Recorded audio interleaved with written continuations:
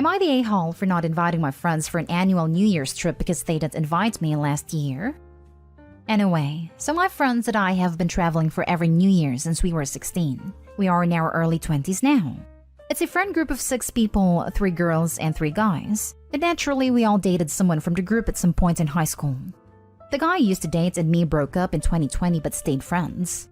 He found a new girlfriend a few months after that. Let's call her Amy. But I was okay with it and we all continued to hang out. Now New Year 2021 is coming up and we start to plan our trip. We were supposed to go to Greece. Usually, I'm the one talking to the agencies and trying to save as much money as we can. Everything is fine and going well until about a month before the trip. My now ex best friend comes over and tells me that Amy isn't comfortable with me going on a trip because everyone is coupled up and I was single. And given my history with her boyfriend, she felt awkward. I felt sorry because I never got the feeling that she didn't like me or anything, so I asked if that means that she's not coming or what. Turns out that she still wanted to come, just didn't want me there. I was kinda hurt by this, but even more when the rest of my friends agreed that maybe it would be better if I didn't come, so there would be no drama on the trip. Anyways, I didn't go, kinda stayed away from Amy and my ex since then, and stopped hanging out as much with all of them. Then not long ago, Amy and ex broke up, I don't know why. And now this year's trip is coming up. I already have plans with my roommates and we are going to Amsterdam. And when my friends learned about this, they just assumed they are coming with us as well. I told them that roommates and I are going alone, and if they want to go, they can plan it for themselves, but that this is not a group trip. It's petty, I know, but it feels right to do to them what they did to me. Anyways, they called me some names and we had a fight. And now I'm starting to wonder if maybe I am in the wrong. I mean, I'm ending years-long friendship over some stupid trip, so am I the a-hole? Now for the top comments.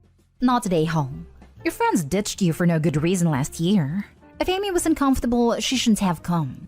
You aren't even as close anymore and don't owe them anything. Regarding ending your friendship completely, I think you should have a talk with them. I'm sure they've noticed your friendship has drifted in the past year. If they aren't receptive or apologetic, maybe it's time to let them go completely. Honestly, maybe it is time to let go of them. They don't think they're in the wrong, just me. And honestly, I might be the a-hole even, but I want them to see that they are too, not just me. You're not the a-hole. They had no problem excluding you from the previous trip. They're okay with throwing you, their years-long friend, under the bus for a new girl. You know where their loyalty lies, and it ain't you. Ditch them. Not the a-hole. They aren't really your friends either. They didn't mind hurting your feelings when it worked in their favor. Now they want to piggyback on your trip? Nope. Find some friends who will care about your feelings and stick up for you. If they had apologized earlier, I would feel differently, but what they did was rude and hurtful. Well, I really used to think that they did have my back, and we've been through a lot together, you know? Used to be 8 of us, but we lost 2 to self-harm, so the rest of us just kind of started to depend on each other. But seeing as someone new can replace me in their eyes hurts like hell. I had friends that I went through a lot with too. It sucks, but real friends wouldn't drop you like that. That is true. I'm starting to wonder that everything that happened was the only thing keeping us together all this time. Friendship is based on performance, not length of service. Next story. Am I the a-hole for refusing to drive my drunk friends after I wasn't invited to their party? Simple conflict. Lol. Scenario: university students. Some friends of mine used to throw big parties, but when they got too big, most people in our shared friend group were uninvited. Myself sometimes included. I didn't like trying to keep the party secret from our other friends, so I got really uninvited. I was upset at first, but now I don't really care. It's cliche, but I have more fun with the uninvited squad. However, I'm really close with Ray and she knows I'm responsible. When we used to go to parties together, I was the food picker-upper. Last night she crept away from a baking session, claimed to be tired, and lo and behold, wound up at a party at 1 a.m., which I found out when she texted me asking if I was sober. I said yes, but refused when Ray asked if I could drive. She replied, "But we're drunk and we want food. We're at Alex's, party host." I told Ray I didn't feel like picking up food for a party I wasn't invited to. But if she needed to walk home or to our housing complex to pick up some crappy campus food, I'd drive. But to say so soon because I was going to bed. Drama. At this point, her boyfriend took her phone, I'm told, and texted that it was a prick move to leave my drunk friends and it was my responsibility to make sure they were safe and didn't die or get arrested. I texted Ray to think ahead next time she went to a party. Good night. This morning was sort of tense. I wasn't angry except for that one text from boyfriend. Ray came up and said we ended up getting somebody sober to get us food, and I alluded to the text. She said her boyfriend texted it, but it sounds like she agrees with him. They're a little salty I wouldn't drive. So am I the a-hole for refusing to help them out? I feel like they might be right, that I should care for my compromised friends, and it was irresponsible of me to be passive, knowing they were drunk and wanted to drive somewhere. However, I've been drunk with them before and they've always understood not to drive drunk. And I think I don't owe them because why should I help out their secret parties that I wasn't invited to? Oh, also I think this is important information. The place we throw the parties is a 3-minute walk from our housing complex. You can get back and forth easily without driving. Also, food delivery services don't work on our campus. Not today, Hall. Did I read it correctly that they had a party 3 minutes away from where you all live? Didn't invite you, then wanted you to be kept and just eat for the night? Saw that business. Ray crept away. World's smallest violent parade for Ray here. I've helped out stranded friends in the past and it's been all good. Happy to do it. But the people I helped hadn't frozen me out of social gatherings. They're just using you by the sounds of it. Seriously, the nerve of these kids. It's your responsibility to deliver us food. You're such a nay-hole for not being a free food delivery driver for a party you weren't invited to. I hope you don't let their words get to you. They have serious entitlement issues. No matter what they say, it is not your responsibility to do anything for them. The fact that they genuinely believe somebody else is responsible for them and that they aren't responsible for their own selves is alarming. To be fair, the friend group is very communal, and we had a pact when the party started that we'd all look out for each other, alternate designated drivers, watch drinks and walk home, etc. But that was balanced and contingent on actually being invited to the parties. Thanks for this. You're helping me see that it's unbalanced. Entitled is a good word. You are not the a-hole at all, and these are not your friends. In fact, Ray's boyfriend was wrong. You're the best possible kind of friend. You told them you wouldn't play delivery driver for them, but if they genuinely needed someone to ensure that they were safe and get them home, that you would do that. What you wouldn't do is let them take advantage of you, and you were right. Take it from someone who was in your position at your age, but wasn't nearly as self-aware or confident as you are. It took a lot of years to realize that people like that aren't friends and aren't worth it. If they don't value your company all the time, including when you're not doing things for them, and they only, or even mostly, think of you or reach out to you when they want something from you, they don't care about you no matter what they insist. You're just a really useful convenience. Like Uber, except that you don't get paid. I'm glad you've already figured out that the uninvited are more valuable friends. Ditch these other ones. Thank you. Not gonna lie, I needed your comment to remind me of my worth. I still value Ray's friendship, but this is making me realize how much she uses me.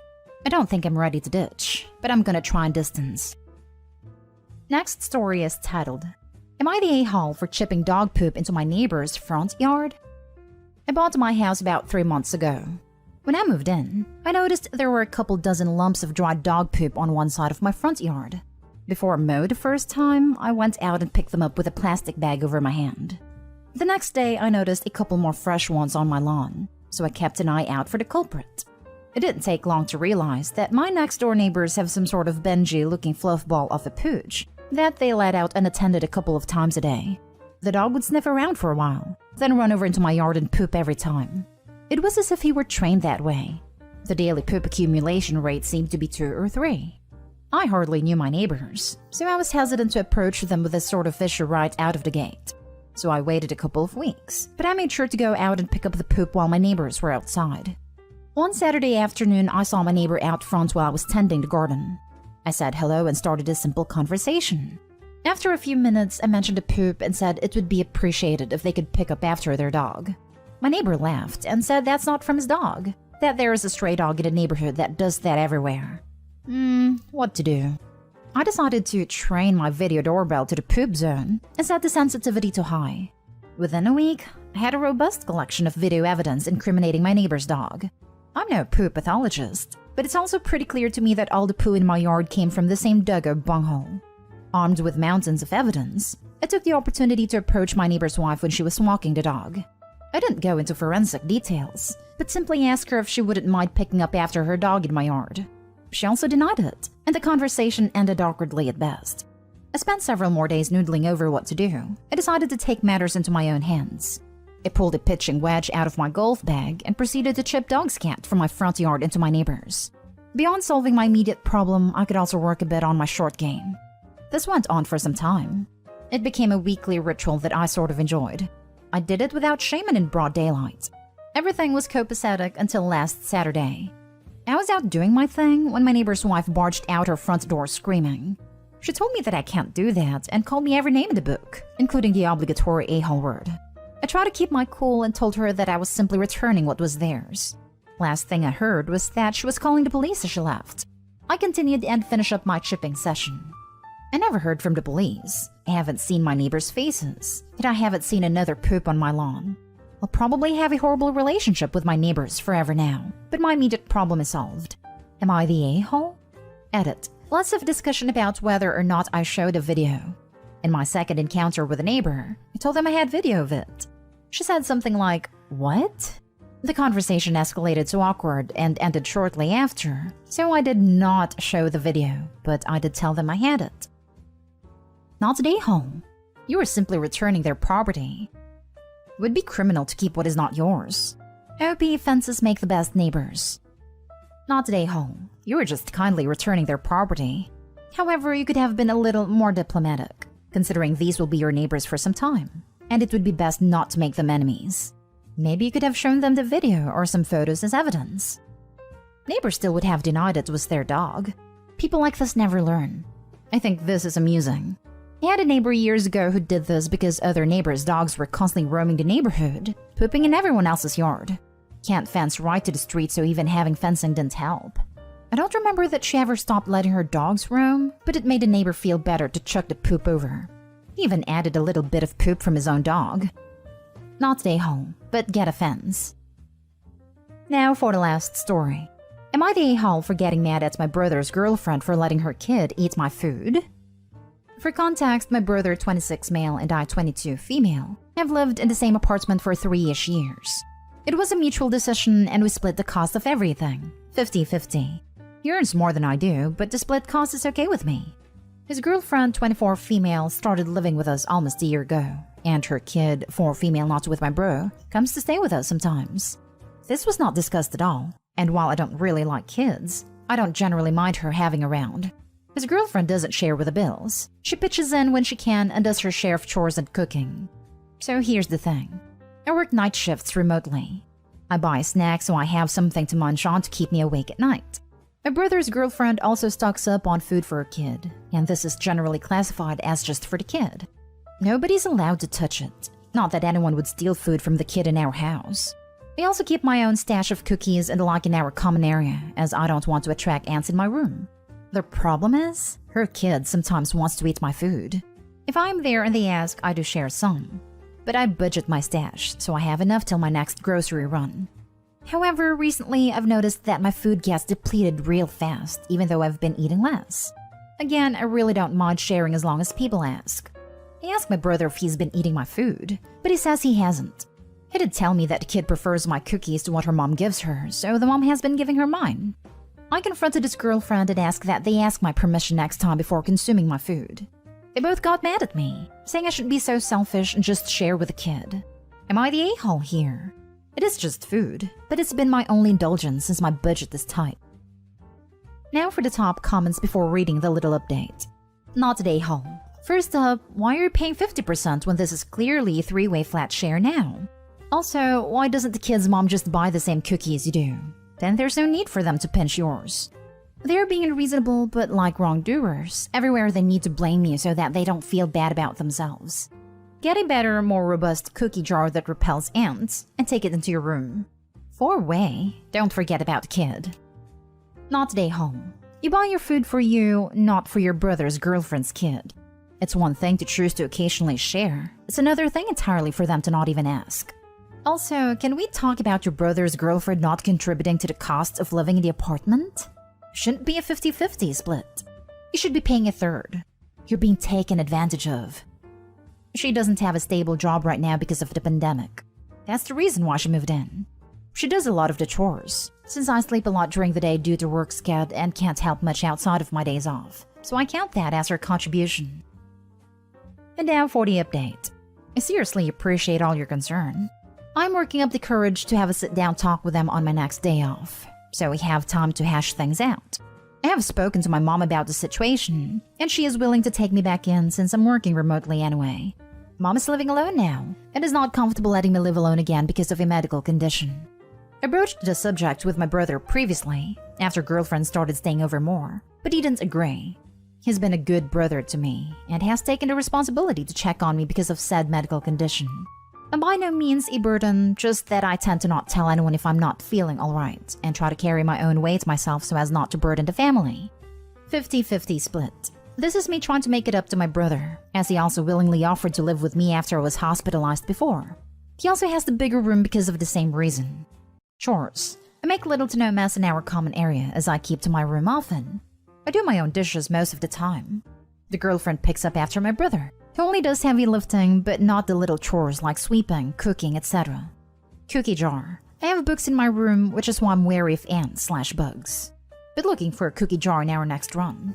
We generally only do big batch groceries as cases are still high where we are, and we can never be too careful even if we are well vaccinated. Except the kid, of course. I was really just wondering if I was an a-hole for getting worked up over cookies, but I'm so grateful for the great advice and concern I've received.